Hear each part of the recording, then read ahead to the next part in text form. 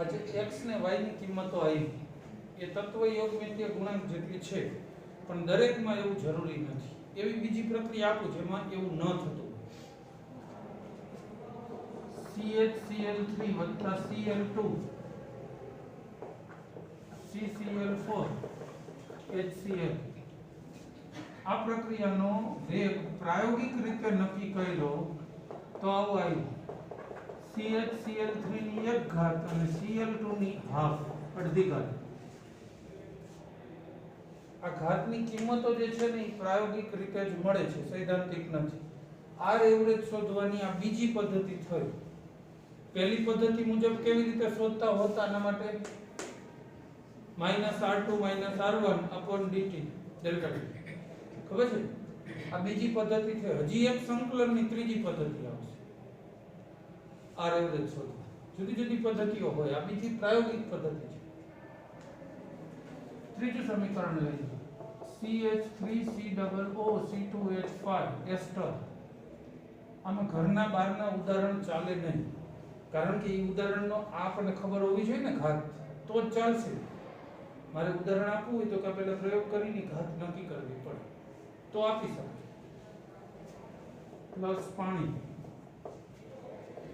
CH3COOH C2H5OH. આના માટે વેગ છે r એવરેજ અથવા વેગ બરાબર k. k ને શું કહીશું? વેગ અચળાંક. કે અહીંયા અચળાંક હોય ને, પ્રોપોર્શનાલિટી દૂર કરવા માટે મૂક્યો છે, એને કહેવાય વેગ અચળાંક. આની 1 ઘાત અને પાણીની 0. પાણીનો તત્વ યોગમિતીય ગુણાંક તો 1 છે, પણ ઘાત 0 આવી. આપણે એ જ કહી છીએ કે તત્વ યોગમિતીય ગુણાંક જે આવશે અહીંયા, એટલી જ ઘાત આપવી જરૂરી નથી. બીજું, આ સમીકરણ પ્રાયોગિક છે. એવું આ સમીકરણ જ્યાં પૂરું થતું હોય ને, પેરેગ્રાફની છેલ્લી લાઈનમાં હશે, જો એકવાર રેફર કરો કે આ માત્ર પ્રાયોગિક છે.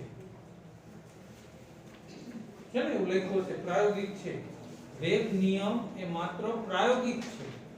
સૈદ્ધાંતિક રીતે આનું બીજું કઈ સમજણ નહીં, નક્કી પ્રાયોગિક રીતે થઈ જાય. માન લો કે આવી કોઈ પ્રક્રિયા આપી હોય, જો a + b + c, હાલો એમાંથી d બને છે. શું બને છે એનું આપણા માટે મહત્વ નથી. વેગ નિયમ આનો આપવો હોય તો વેગ અથવા તો r average equal to k, a ની x ઘાત, b ની y ઘાત, c ની z ઘાત. ચલ મૂકતા જવાનું. આ એનો વેગ નિયમ. x, y ને z પ્રાયોગિક રીતે નક્કી થાય. રેડી? હવે એમ આગળ આનું આમ મહત્વ બહુ ન દેખાય, પણ આનો ઉપયોગ બીજું વસ્તુઓ નક્કી કરવામાં હોય. પ્રક્રિયાનો ક્રમ. પ્રક્રિયા ક્રમ કોને કહેવાય? પ્રક્રિયા ક્રમ n થી રજૂઆત થાય. x + y 3 હોય તો +z કરી દેવાનું.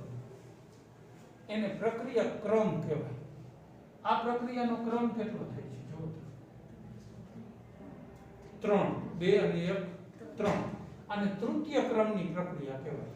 સમગ્ર પ્રક્રિયાનો ક્રમ તૃતીય. NO ની સાપેક્ષે કેટલામો ક્રમ? દ્વિતીય. O2 ની સાપેક્ષે પ્રથમ. પ્રાથમિક ન બોલ, પ્રથમ બોલજો. શું કામ? હમણાં 2 મિનિટમાં ખબર પડી જશે. પ્રાથમિક નો આપણે હમણાં બીજો અર્થ કરવાનો છે. આને લઈને પ્રથમ ક્રમ છે, આને લઈને દ્વિતીય ક્રમ છે. ઓકે, આમાં શું કહીશું? ક્લોરોફોર્મ ને લઈને પ્રથમ ક્રમ, ક્લોરીન ને લઈને અર્ધ ક્રમ, અર્ધો ક્રમ થયો ને 1/2, અને સમગ્ર પ્રક્રિયાનો ક્રમ 3/2. રેડી? અહીંયા એસ્ટર ને લઈને પ્રથમ ક્રમ, પાણી ને લઈને શૂન્ય ક્રમ, શૂન્ય ક્રમે હોય, અને સમગ્ર પ્રક્રિયાનો ક્રમ 1. પ્રથમ ક્રમની પ્રક્રિયા ગણો. પ્રક્રિયા ક્રમ n થી રજૂઆત થાય. ઓકે, બીજી વસ્તુ k. k શું છે? અહીંયા અચળાંક. પ્રપોઝનલ કાઢી મૂકેલો છે ને કાલે. એને સપ્રમાણતા અચળાંક આપણે જનરલ કહેતા હોય મેથ્સમાં, અહીંયા એને વેગ અચળાંક કહેવાય, કારણ કે આ સમીકરણ વેગનું છે તો કે એને વેગ અચળાંક. અને જેટલા પ્રક્રિયક અહીંયા આપ્યા હોય તે પછી આ બધાની સાંદ્રતા જો 1 મોલર લઈને પ્રક્રિયા કરી હોય તો કે એને વિશિષ્ટ વેગ અચળાંક કહેવાય. ઘનતાની વિશિષ્ટ ઘનતા આવે ને એમ વિશિષ્ટ વેગ અચળાંક ક્યારે કહીશું? બધા પ્રક્રિયકોની સાંદ્રતા 1 મોલર લઈને પ્રક્રિયા કરી હોય તો. ઘડી એટલી વાત. ત્યાર પછી તમારી બુકમાં આગળ દાખલો આવશે કોયડો 4.3. ભણાવવાનું નથી, વાંચવાનું છે. વાંચો જોઈએ, સમજાઈ ગયું એટલું ખાલી પૂછી છે એટલે ભણ આમાં આવી ગયું.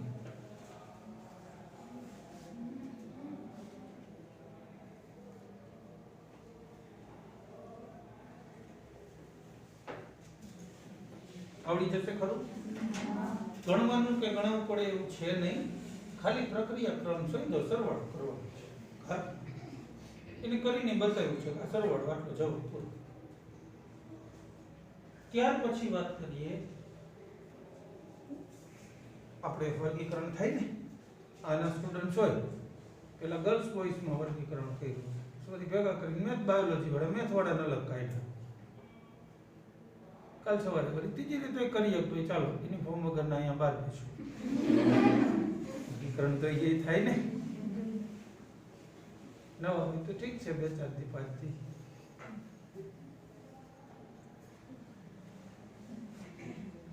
એટલે આપણે એમ કહીએ છીએ કે ગતિશાસ્ત્રની દ્રષ્ટિએ પ્રક્રિયાને બે રીતે વર્ગીકૃત કરી, પાછી અલગ બે રીતે. પ્રાથમિક પ્રકારની પ્રક્રિયા અથવા સાદી પ્રક્રિયા કહેવાય, અથવા ઇંગ્લિશમાં એલિમેન્ટરી રિએક્શન, સાદા. અને બીજી જટિલ પ્રક્રિયા કોમ્પ્લેક્સ રિએક્શન. વ્યાખ્યા સાદી રિએક્શન માટે બાંધવાની, પછી કહી દેવાનું સાદી ન હોય એ બધી જટિલ છે, એટલે થઈ જાય. સાદા પ્રક્રિયા સાદી અથવા પ્રાથમિક હોવા માટે 3 શરતો પાલન થવું જોઈએ. શરત નંબર 1, પ્રક્રિયામાં કોઈ જ આડપેદાશ બનતી હોવી જોઈએ નહીં. આડપેદાશ અથવા ઉપનિપજ બનતી હોવી જોઈએ નહીં, તો એને કેવી ગણાશે? સાદી પ્રક્રિયા અથવા પ્રાથમિક પ્રક્રિયા. પ્રાથમિક, બરાબર છે નહીં? મેં એટલે વચ્ચે ટોક્યા ને કે પ્રાથમિક બોલ્યા. આપણે જનરલી તો પ્રથમ ક્રમ એટલે પ્રાથમિક ક્રમ એ બોલી છે, પણ અહીંયા શું થાય, એનો પાછો બીજો મીનિંગ નીકળે છે, એટલે મેં ના પાડ્યું. તો એ પ્રાથમિક પ્રક્રિયા થઈ. પછી બીજું, 3 કે 3 થી ઓછા અણુઓ પરમાણુ ભાગ લેતા હોય તો પરમાણુ, આયન ભાગ લેતા હોય તો આયન, પણ સંખ્યા કેટલી હોવી જોઈએ? 3 અથવા 3 થી ઓછી, તો એને પ્રાથમિક પ્રક્રિયા કહેવાય. 3 થી વધુ હોય તો જટિલ. તો આપણે કીધું ને આમાં નો બંધ બેસે એ બધી જટિલ. ત્રીજી કન્ડિશન, એક જ સ્ટેપમાં પ્રક્રિયા પૂર્ણ થઈ જવી જોઈએ. 2-3 સ્ટેપમાં થાય તો જટિલ. તો પ્રાથમિક પ્રક્રિયાની 3 શરત કઈ છે? પૂર્વ શરતો. કોઈ આડપેદાશ ન જોઈએ, 3 અથવા 3 થી ઓછા ઘટકો ભાગ લેતા હોવા જોઈએ. અણુ હોય તો 3 અણુ, એક આયન ને 2 અણુ હોય તોય ચાલે, પણ સંખ્યા 3 થી જાજી હોવી જોઈએ નહીં. અને ત્રીજી શરત, એક જ સ્ટેપમાં પૂર્ણ થવી જોઈએ, તો એ પ્રાથમિક છે. અને પછી એક લીટીમાં લખી નાખવાનું, જે પ્રક્રિયા પ્રાથમિક નથી એ જટિલ છે, કોમ્પ્લેક્સ રિએક્શન. રેડી? માની લો કે મિથેનનું દહન થાય. મિથેન ઓક્સિજન આરે પ્રક્રિયા કરાવો તો મિથેનમાંથી પહેલા મિથેનોલ બને, એક ઓક્સિજન દાખલ થાય, પછી મિથેનાલ બને, આલ્ડીહાઇડ બને, હાઇડ્રોજન ઓછા થાય, એ ઓક્સિડેશન જ છે એક પ્રકાર. પછી મિથેનોઇક એસિડ બને, પછી એમાંથી CO2 બને. તો તબક્કા વધી ગયા ને, તો એ પ્રક્રિયા કેવી થઈ જાય? જટિલ. હા, જટિલ પ્રક્રિયા જો 4 તબક્કામાં થતી હોય તો એનો એકાદો તબક્કો પ્રાથમિક હોઈ શકે. એ તબક્કામાં 3 કે 3 થી ઓછા ઘટકો ભાગ લેતા હોય, કોઈ આડપેદાશ ન બનાવતા હોય. તો એ કેવી હોઈ શકે? પ્રાથમિક તબક્કો હોઈ શકે. જાજા તબક્કા હોય તેમાંનો અમુક તબક્કાઓ પ્રાથમિક હોઈ શકે. આપણે તો આ ત્રણ શરતનું પાલન થાય તો એ તબક્કો હોય તો ભલે, આખી પ્રક્રિયા હોય તો ભલે, એને પ્રાથમિક કહી શકાય, નકર નહીં. ક્લિયર? તમે એ બે ચાર લીટી વાંચો તો કાંઈ નોટ કરવા જેવું લાગે, અધૂરી વિગત હોય તો અત્યારે નોટ કરી લેજો, રિપીટનો ટાઈમ નહીં. મેં આવી જશે.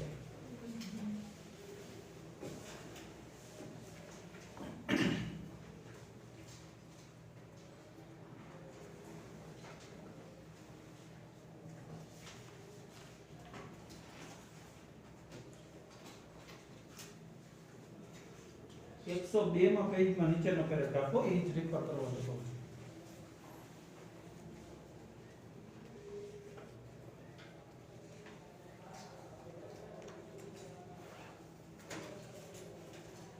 હું જેવી સહેલી રજૂઆત કરું છું ને એવી અહીંયા નથી બધી વસ્તુ. અત્યારે નથી નોટ થઈ.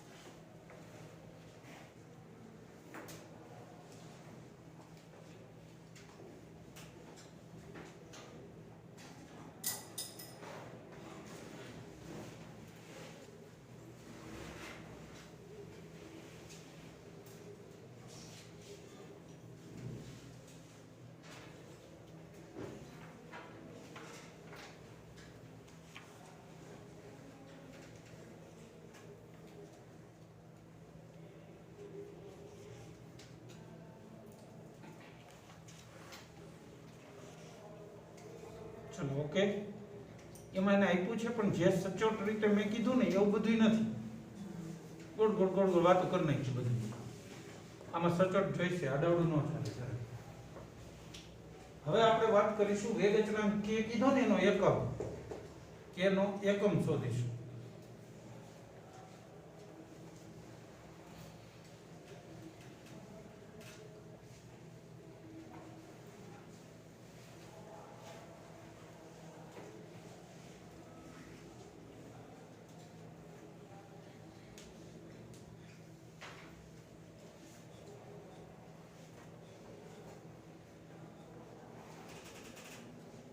આપણી પાસે આવી હાઇપોથેટિકલ રિએક્શન એટલે ટ્રાયલ માટે જસ્ટ કરતા હોય એવી પ્રક્રિયા.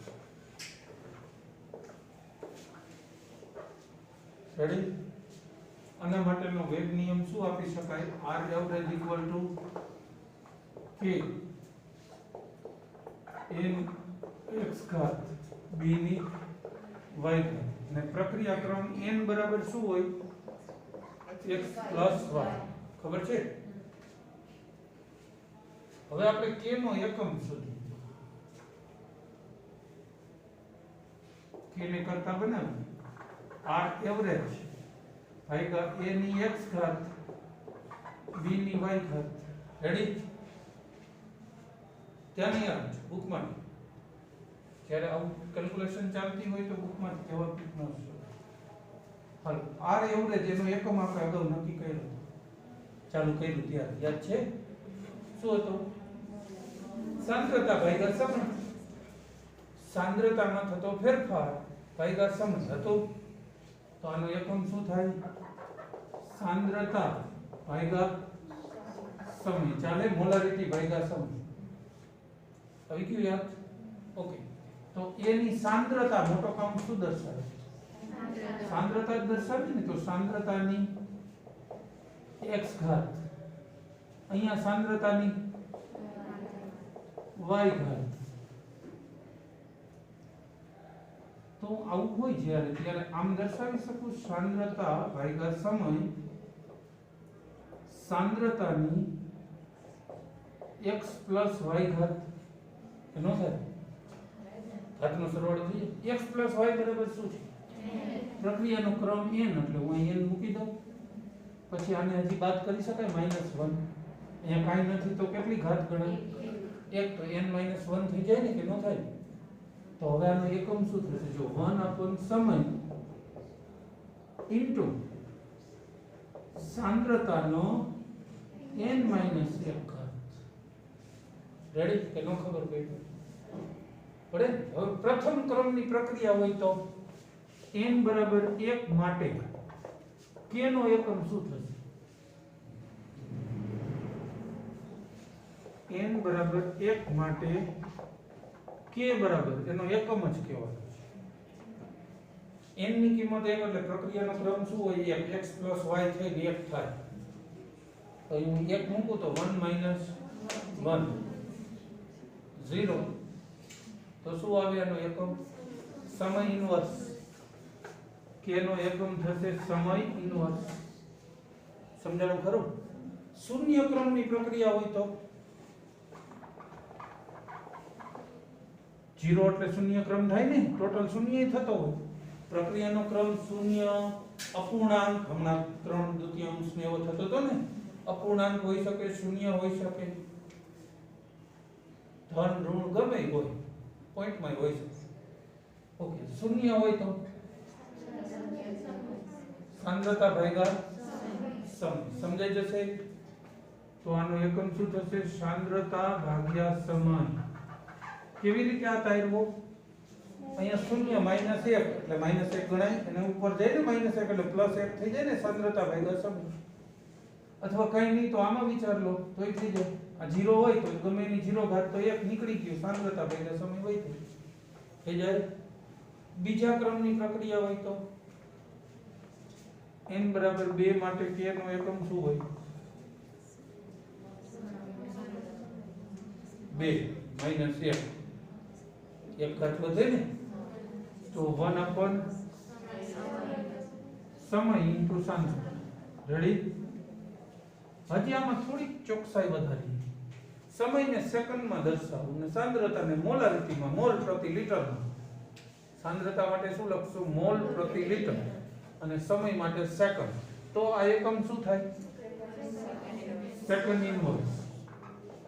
અહીંયા mole litre inverse second inverse. ખબર પડી જાય ને? આવું ફિઝિક્સમાં બહુ 11 માં આવ્યા ત્યારે એક ચેપ્ટર આવ્યું છે આવું.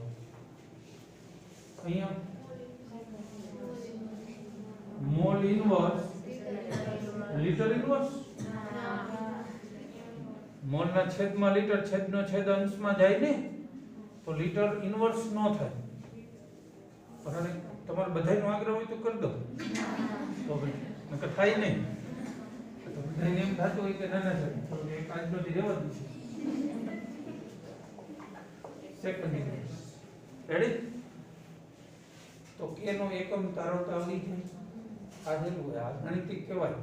વેગ નિયમ કરતા આ સારું, આમાં સીધું પતે. અને આ બોર્ડના ઓલામાં આવું જ વધુ પૂછાય છે. શૂન્ય ક્રમની પ્રક્રિયાનું સમીકરણ, પ્રથમ ક્રમનું, અને k ના એકમો તારવવાનું, પછી ક્રિયાવિધિ વાળું, એવી અમુક થિયરીઓ છે ને, એ જ વધુ પૂછાય. ચાન્સ એના જ છે. આ k વાળું પૂછાઈ શકે, અને પછી અણવિકતાનો ટોપિક આવશે, એ હોઈ શકે. એ બધું સીધા ટોપિક છે ને, એ બધું પૂછાય. ચલો, આવું ટેબલ આપ્યું છે ને બધું. એના પછી કોયડો આપ્યો છે, વાંચો ને શું કે.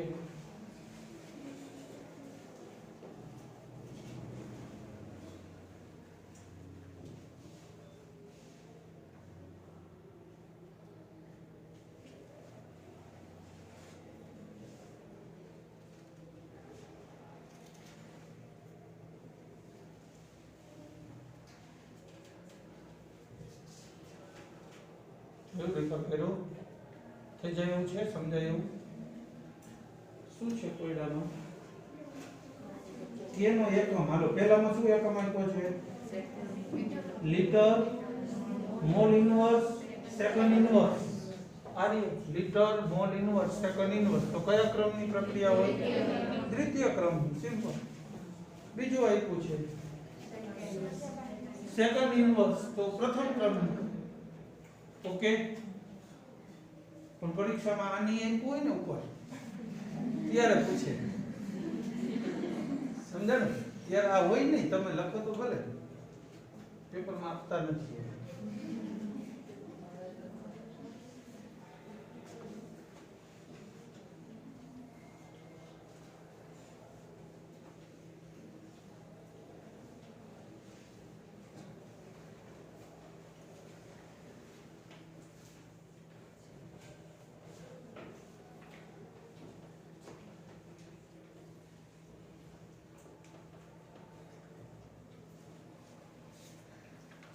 ડિટેલમાં પૂછતા એવું જાણકારી મળે છે કે ઘણા લોકોએ લેક્ચરો બરાબર જોયા નથી, કોઈ કે કટ કરીને જોયા છે, કોઈ કે જોયા જ નથી.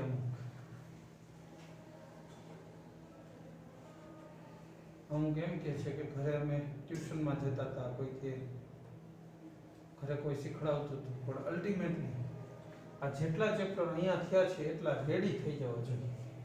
તમે ક્યાંથી શીખો છો સ્ત્રોત કોઈ પૂછવાનું નથી, 12માના પર્સન્ટેજ આવે પૂછે નહીં, પણ બાકી હોય જેમને લેક્ચર તો વહેલી તકે પૂરા કરજો. બહુ જાજો સમય નથી, લેક્ચરો રહી ગયા હોય પૂરા કરવા. હવે એક બાજુ આ નવાનો મારો ચાલુ રહે અને તમારી બાકી હોય તો રેફર કરવાનું રહે, ભેગું નહીં થાય. ચાલો આગળ નેક્સ્ટ ઈ ઓલું સમજાઈ ગયું ને? રેડી ને? ત્યાં સુધીનું જેટલું હું કહેતો જાઉં છું અહીં સુધીનું ઓકે, એટલે તમારે એટલું ઘરે રેફર કરી લેવાનું. કે પૂછવું હોય મને કહેજો નેક્સ્ટ, અત્યારે કદાચ તરત ન થાય તો. ચલો હવે શું આવ્યા? પ્રક્રિયાની આણ્વિકતા, મોલેક્યુલારિટી ઓફ રિએક્શન. આણ્વિકતા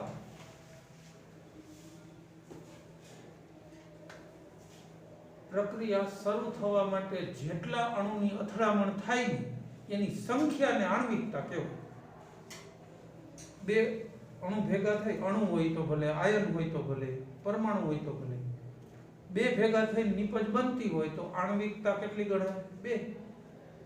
3 ભેગા થઈને નિપજ બને તો 3. એક સિંગલ માંથી નિપજ બને તો 1. પ્રક્રિયાની આણ્વિકતા 1, 2 કે 3 જ હશે. શું કામ? જટિલ પ્રક્રિયા માટે આણ્વિકતાનો કોઈ અર્થ નથી. આણ્વિકતા શોધી પણ તો કઈ ઉપયોગી થતી નથી. પ્રાથમિક પ્રક્રિયામાં જ ઉપયોગી થાય. તો પ્રાથમિકમાં તો અણુ કેટલા હોઈ શકે? 3 જ ઘટકો તો હોઈ શકે ને. એટલે આણ્વિકતાનો 3 થી વધારે માટે કોઈ અર્થ નથી. પ્રાથમિક પ્રક્રિયામાં ઉપયોગી છે. કઈ રીતે ઉપયોગી છે? તો કે પ્રાથમિક પ્રક્રિયામાં આણ્વિકતા બરાબર પ્રક્રિયાનો ક્રમ. કોઈ પ્રાથમિક પ્રક્રિયામાં આણ્વિકતા શોધી કાઢો તો ભાઈ આની આણ્વિકતા 2 છે, એ કયા ક્રમની પ્રક્રિયા હોય? દ્વિતીય ક્રમ. જો પ્રાથમિક હોય તો, અને પ્રાથમિક ના હોય તો પછી આણ્વિકતાનો જ અર્થ નથી ને. તો આણ્વિકતા લેવાનું જ ન હોય. આણ્વિકતા ખાલી કોના માટે લઈશું? પ્રાથમિક પ્રક્રિયા માટે. એટલે તમને પેલા મગજમાં મેં પ્રાથમિક પ્રક્રિયા બહુ ક્લિયર કરી દીધું કે આમ હોય તો જ પ્રાથમિક પ્રક્રિયા. હવે એવી પ્રાથમિક હોય તો જ આણ્વિકતા લગાડવાનું, નકર નહીં. હવે 3 મુદ્દાની ઉપયોગિતા સમજાય કે નહીતર આ નહીં થાય. સો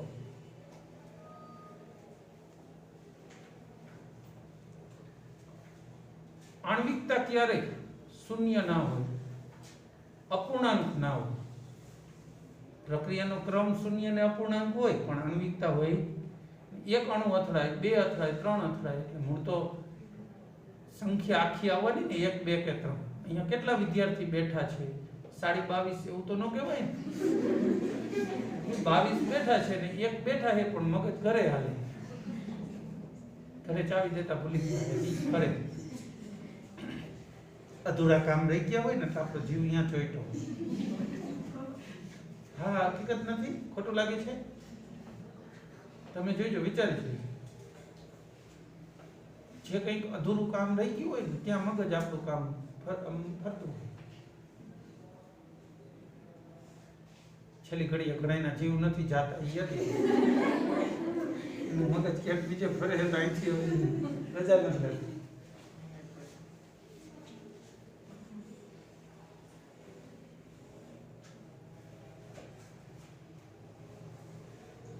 એવી કોઈ પ્રક્રિયા લઈ એમોનિયમ નાઇટ્રાઇટ આનું વિઘટન કરો તો શું બને N2 અને 2H2 આમાં કેટલા અણુએ ભાગ લીધો એક આણ્વિકતા કેટલી થશે એક HI નું વિઘટન કેટલા અણુએ ભાગ લીધો પ્રક્રિયા થવા માટે મિનિમમ જરૂરી અણુ કેટલા હોય બે ની અથડામણ થાય તો જ H2 બને ને એક માં તો એક જ H હોય H2 નો થાય તો આની આણ્વિકતા કેટલી થઈ ગઈ બે ત્રણ વડે લખીએ NO O2 NO કેટલા અણુ ભાગ લેશે આ ત્રણ હોય ને તો જ આ નિપજ બને વિચારજો ત્રણ અણુની અથડામણ નિપજ બનવા માટે ફરજિયાત છે તો આની આણ્વિકતા 3 તો આણ્વિકતા આવી પ્રક્રિયા માટે મહત્વની છે જે એક જ સ્ટેપમાં થાય છે બીજું કોઈ આડપેદાશ બનતી નથી 3 કે 3 થી ઓછા અણુની અથડામણ થાય છે કારણ કે 3 અથડાઈને બનતી હોય ને નિપજ એ પ્રક્રિયા ધીમી થઈ જાય આ રૂમમાં 3 આ બે પ્રકારના બધા અણુઓ છે પણ 3 ની અથડામણ થાય એવા ચાન્સ ઓછા થઈ જાય એના કરતા આના ચાન્સ વધારે હોય બબે અણુનો ભટકાવ બબે અણુના ચાન્સ વધુ અને સિંગલ હોય તો એનાથી નહીં વધુ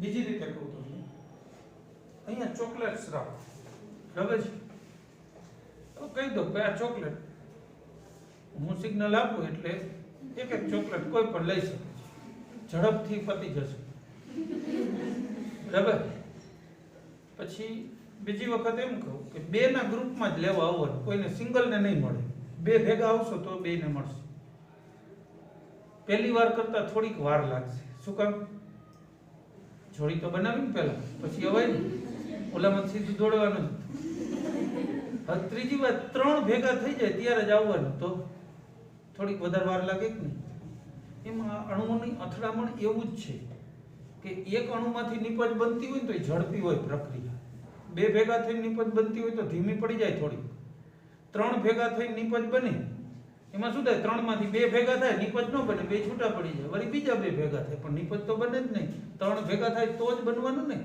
શક્યતાઓ ઘટતી જાય પોસિબિલિટી એટલે નિપજ બનવાનો ક્રમ કેવો થઈ જાય વેગ કેવો થઈ જાય ઓછો થઈ જાય ને એવું ક્યાંક લખ્યું છે જરા અંડરલાઈન કરી લો ને કે 3 પ્રક્રિયકો હોય ને એવી પ્રક્રિયા પ્રમાણમાં ધીમી હોય છે એવું કંઈક એવા મતલબનું વાક્ય મળી આવતું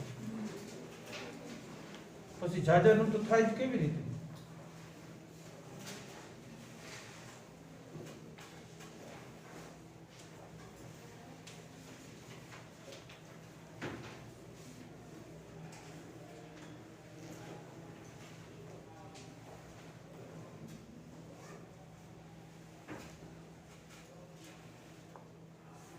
એક જ વાક્ય બધું અંડરલાઈન ની લાગત નહીં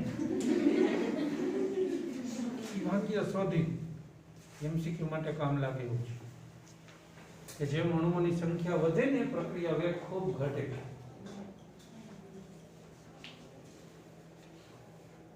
માની લો કે કોઈ પ્રક્રિયા મલ્ટીપલ તબક્કાઓમાં થાય છે તો એમાંનો કોઈ સિંગલ તબક્કા માટે આણ્વિકતા શોધી શકો એમાં કઈ વાંધો નહીં સમગ્ર પ્રક્રિયા જટિલ હોય કારણ કે મલ્ટીપલ તબક્કામાં થાય મતલબ એ પ્રક્રિયા કેવી ગણાય જટિલ જટિલને તો આણ્વિકતા લગાવતા નથી આણ્વિકતા કોને લગાવી છે પ્રાથમિકને પણ આપણે પહેલાય કીધું હતું કે જટિલ પ્રક્રિયાના ઝાઝા તબક્કા હોય એમાંના અમુક તબક્કાઓ પ્રાથમિક હોઈ શકે એના માટે આણ્વિકતા વ્યાખ્યાયિત થઈ શકે આપી શકાય સંખ્યા પણ 3 થી ઝાઝા ભાગ લેતા હોય એના માટે આણ્વિકતાનો અર્થ રહેતો નથી એવું સાબિત કરવા એક પ્રક્રિયા આપી છે KClO3 નું વિઘટન KClO3 FeSO4 અને H2SO4 વિઘટન થઈને KCl બની Fe2SO4 થ્રાઇસ અને પાણી. રેડી? KCl તો બની ગયા. 3 ઓક્સિજન ને કાઢવા હોય તો 3 H2 જોડ એટલે 3 H2O બની ગયા. રેડી? 3 SO4 ને આમાં સમાવવા હોય એક એક સમાતું જાય બે 6 લઈ લો. 3 દુ 6 એક થઈ ગયા. 3 તારી 9 SO4 6 આમાં 3 આમાં થઈ ગયો. આ પ્રક્રિયામાં કેટલા અણુ ભાગ લીધો જો તો 1 6 અને 3 10 તો આની આણ્વિકતા 10 આવે. વાસ્તવિક રીતે 2 છે. શું કામ 2? તો કે આ પ્રક્રિયા મલ્ટીપલ તબક્કામાં થાય છે. જે સૌથી ધીમો તબક્કો હોય એ વેગ નિર્ણાયક કહેવાય. ઈ તબક્કામાં 2 જ ભાગ લે એટલે આણ્વિકતા કેટલી થઈ ગઈ 2. સૌથી ધીમો તબક્કો વેગ નિર્ણાયક હોય ઈ ખબર છે કોઈ પણ પ્રક્રિયામાં? કારણ કે જે ધીમો માણસ હોય ઈ સમગ્ર પ્રક્રિયાને રોકીને ઊભો હોય. ઈ આગળ હાલે તો બધું હાલે. બરાબર? પ્રવાસમાં ગયા હોય સૌથી ધીમો હોય ઈ બીજા બધાને ખોટી કરે. પછી બે ચાર ને મોકલી કે હવે ચાલીને જાય. હાઈ થાય પછી બધા બધા કંટાળ્યા હોય ને પછી એને મોકલો ને કે જાવ બધા લઈ આવો ને એટલે પછી ડાયડીને લઈ આવે. એમાં ટાઈમ બગડે. તું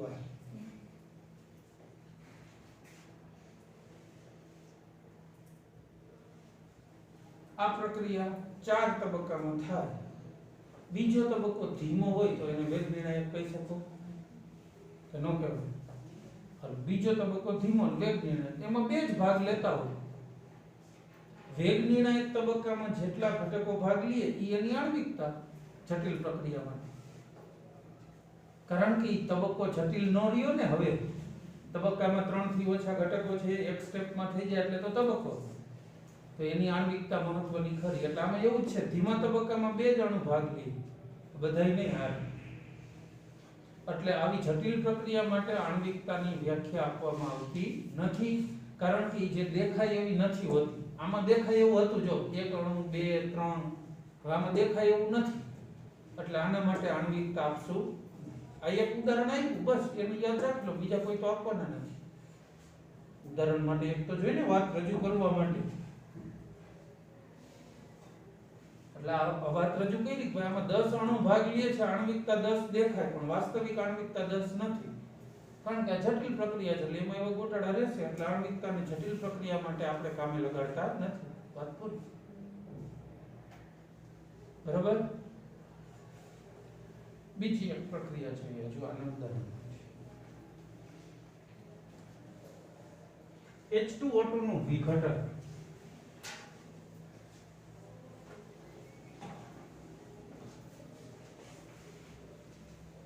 ક્યાં જ આપ્યું હશે 2 તબક્કામાં થતી પ્રક્રિયા.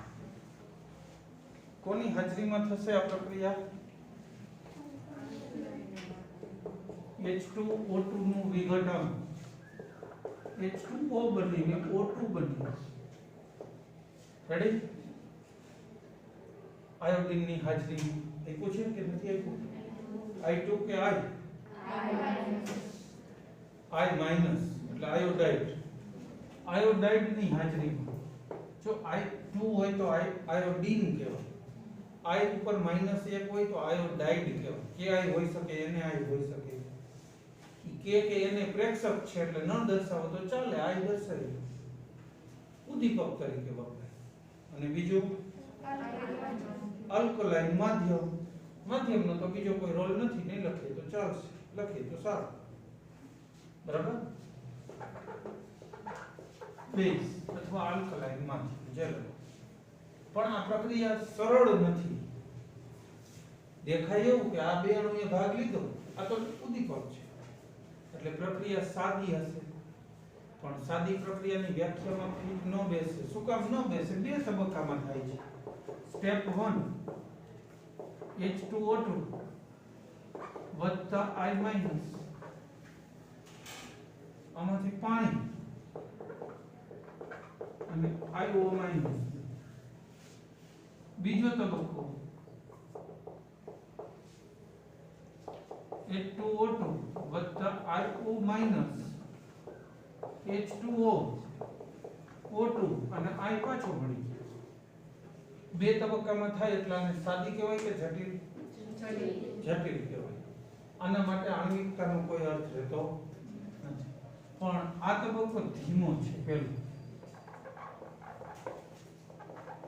ધીમો તબક્કો. અને હમણાં મેં શું કીધું? ધીમો તબક્કો કેવો હોય? વેગ નિર્ણાયક. એટલે આ તબક્કો વેગ નિર્ણાયક. આ તબક્કો પોતે કેવો છે? સાદી પ્રક્રિયા છે, પ્રાથમિક છે. શું કામ? જો હવે આ તબક્કામાં તો બીજા સબ તબક્કાઓ છે નહીં, પેટા તબક્કાઓ. એટલે એક તબક્કામાં થાય છે. 3 થી ઓછા ઘટકોએ ભાગ લીધો છે. આઠ પેદાશ કઈ બનતી નથી. તો આ તબક્કો એકલો જ વાત કરે, કોઈ આ બીજું કઈ ન આપે, આ એક તબક્કો લખીને આપે તો એ કેવી થઈ જાય? પ્રાથમિક થઈ જાય. અને એના માટે આણ્વિકતા હોય ને. કેટલી આણ્વિકતા છે આ તબક્કાની? 2. તો આનો પ્રક્રિયા ક્રમ 2 થાય. આ પ્રક્રિયાનો પ્રક્રિયા ક્રમ 2. અને બીજું, જે ધીમા તબક્કાનો પ્રક્રિયા ક્રમ હોય ને, સમગ્ર પ્રક્રિયાનો પ્રક્રિયા ક્રમ ગણાય. જ્યારે જાજા તબક્કામાં થતી હોય તો ધીમા તબક્કાનો જે પ્રક્રિયા ક્રમ આવી ગયો એ આખી પ્રક્રિયાને લાગુ પડે ડાયરેક્ટ. ભલે જટિલ હોય તો. જટિલ માટે જ આ વાત છે. કારણ કે જટિલ ન હોય તો જાજા તબક્કા જ ન હોય. બરાબર છે? ફરીથી કહું, જટિલ પ્રક્રિયા જ્યારે મલ્ટીપલ તબક્કામાં થતી હોય તો ધીમા તબક્કાની જે કેમિસ્ટ્રી હોય ને એ આખી પ્રક્રિયાને લાગુ પડે. એ કેમિસ્ટ્રીમાં કઈ કઈ બાબતનો સમાવેશ થાય? આણ્વિકતા. આની આણ્વિકતા 2 એટલે આખી પ્રક્રિયાની આણ્વિકતા કેટલી ગણાય? 2. આનો પ્રક્રિયા ક્રમ 2 એટલે આખી પ્રક્રિયાનો પ્રક્રિયા ક્રમ પણ 2 છે. રેડી? આ લેક્ચર જે અત્યારે લઉં છું ને ભૂલી જાવ તો આમાંથી કામ આવશે. જેથી રિવાઇઝ કરવું હોય તો. એટલે આવું બધું થાય ને એટલા માટે મેં આ ચેપ્ટર અત્યારે લીધું, પીવી ભાગ બંધ કર્યો. કે આ બાબત એવી છે કે જે સામે ભણશો ને તો ઘણો ફેર પડશે. પછી વિડિયોમાંથી જોતા આવડી જાય બીજી વાર. બરાબર? તો આ પ્રક્રિયા માટે આપણે શું કહીશું? આ પ્રક્રિયા કેટલામા ક્રમની થઈ? દ્વિતીય ક્રમની. શું કામ? આણ્વિકતા 2 લીધી ને તમે, તો ક્રમ એ 2. બીજું, અહીંયા આઈઓ માઈનસ જોવો જોઈએ. આ સમગ્ર પ્રક્રિયા લખી એમાં તો ક્યાં આઈઓ માઈનસ હતું નહીં. આમાં બન્યું સ્ટેપમાં છે. એને ઇંગ્લિશમાં ઇન્ટરમીડિયેટ કહેવાય, મધ્યવર્તી.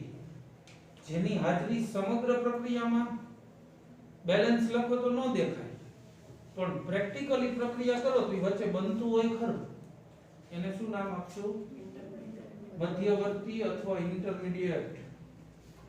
બરાબર છે? જરા પ્રક્રિયા ક્રમ અને આણ્વિકતાને હજી એકવાર ડિફરન્શિએટ કરી. પ્રક્રિયા ક્રમ હંમેશા કેવો હોય? પૂર્ણાંક જ. આણ્વિકતા હંમેશા કેવી હોય? પૂર્ણાંક જ. 1 2 કે 3. જ્યારે પ્રક્રિયા ક્રમ શૂન્ય અપૂર્ણાંક પણ હોઈ શકે. બરાબર છે? જટિલ પ્રક્રિયાને પ્રક્રિયા ક્રમ હોય પણ આણ્વિકતા ન હોય એવું બને. આણ્વિકતા માત્ર કોના માટે છે? પ્રાથમિક તબક્કા માટે અથવા આખી પ્રક્રિયા પ્રાથમિક હોય તો એના માટે. જટિલ માટે છે નહીં. એટલે આણ્વિકતા ખાલી કોને લાગુ પડે છે? પ્રાથમિક પ્રક્રિયાને. જ્યારે પ્રક્રિયા ક્રમ બેયને, જટિલ નહીં લાગુ પડે પ્રક્રિયા ક્રમ, અને સાદી હોય પ્રાથમિક પ્રક્રિયા નહીં લાગુ પડે. તો પ્રક્રિયા ક્રમ બેયને લાગુ પડે. પણ આણ્વિકતા 3 થી વધુ અણુ અથડાતા હોય તો આણ્વિકતાનો કોઈ અર્થ રહેતો નથી. જ્યારે પ્રક્રિયા ક્રમમાં એવું હોતું નથી. આ બે વચ્ચેની તફાવતની બાબતો છે.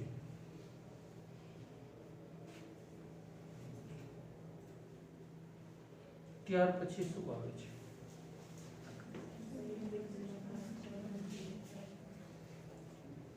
શું છે? કોયડો છે કે લખાણ સંબંધિત લેવા પડશે.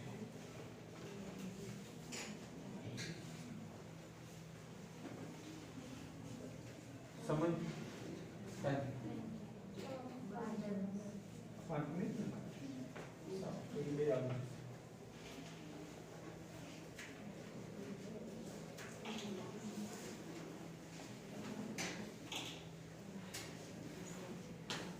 આજનો લેક્ચર જ વધુ કામ લાગશે, પછીના છે ને ઈ પાછા ગયા લેક્ચરની જેમ સહેલા થઈ જશે. આજનામાં નવી બાબતોનું ધ્યાન દોર્યું છે, એ યુનિટ માટે કામનું છે, ક્રમ માટે ને આણ્વિકતા માટે. 4.2 એટલે લખાણ સંબંધિત 4.3 શું છે?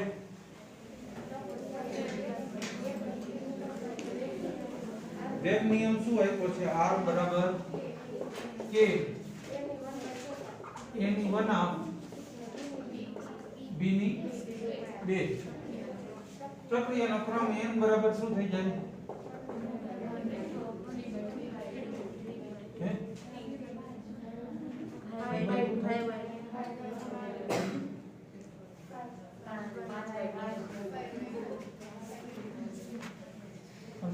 નિયમ છે અડધો અને 2 એટલે અઢી થવા જોઈએ.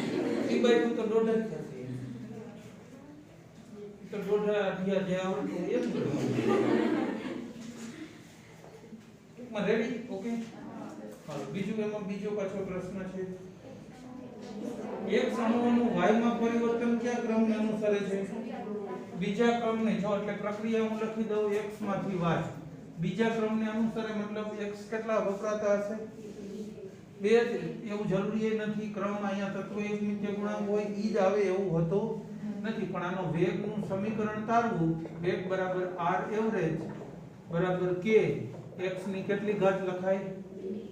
2 ઘાત. સમજમાં આવ્યું કે નહીં? દ્વિતીય ક્રમને અનુસરે તો એની ઘાત કેટલી થવી જોઈએ? 2. પછી શું છે? x ની સાંદ્રતા 3 ગણી વધારો તો y નું નિર્માણ કેવી રીતે અસર પામે? નિર્માણ એટલે આ બનવાનો વેગ, ટૂંકમાં વેગ છે.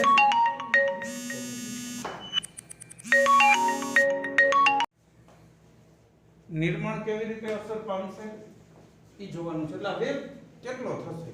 આ જૂનો વેગ છે ને એને વેગ 1 કહી દઉં. ચલો બરાબર છે.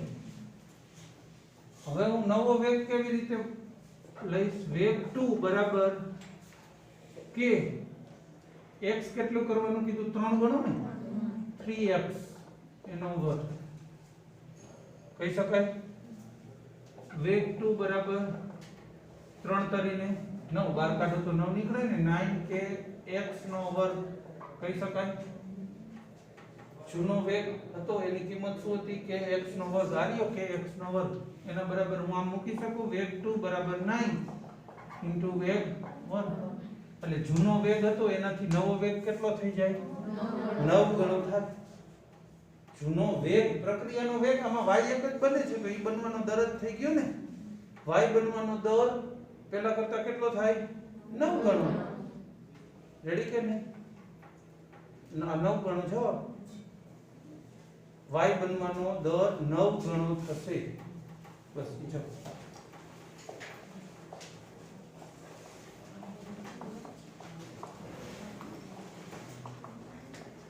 નોટ કરો તો ભલે, ન કરો તો. રેડી?